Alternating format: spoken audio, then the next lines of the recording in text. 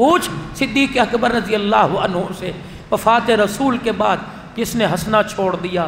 پوچھ عمر سے جو تلوار لے کے مسجد نبوی میں آ گیا اور کہا خبردار اگر کسی نے کہا زبان کاٹ دوں گا کہ اللہ کا رسول ہم سے جدا ہو گیا۔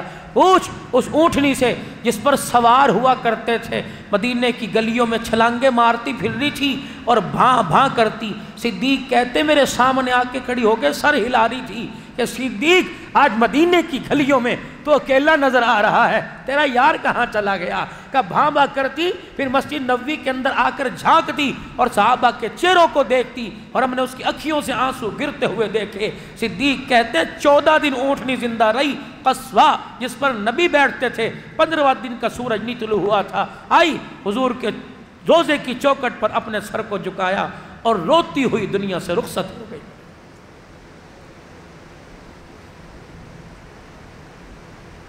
یعفور حضور کے خچر کا نام تھا۔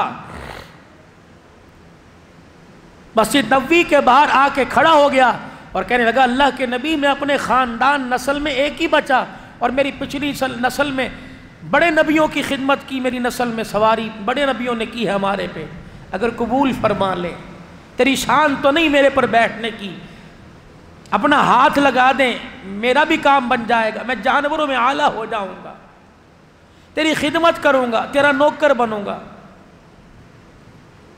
ہمیشہ مسجد نبوی کے دروازے پہ بیٹھا رہتا۔ حضور فرماتے یعفور اپنی منڈی اندر گرا کے یوں سر ہلاتا، فرماتے جا میرے فلانے صحابی کو بلا کے لا۔ یہ مدینے کی گلی میں دوڑتا اور جا کر اس صحابی کے دروازے پہ ٹکرے مارتا، دروازہ کھلتا تو یوں کر کے سر کہلا کے کہتا حضور تجھے بلا رہے ہیں۔ اللہ کے نبی کی میت، آپ کا جنازہ جسد اطہر آپ کا مدینے میں پڑا ہوا تھا، اس نے مدینے سے باہر ایک کنویں میں چھلانگ لگا کر اپنے آپ کو ہلاک کر لیا۔ جب حضوری دنیا میں نہیں ہے تو ہمارا دنیا میں رہنے کا کیا ہے؟ یہ تھی غلامی رسول میں موت بھی۔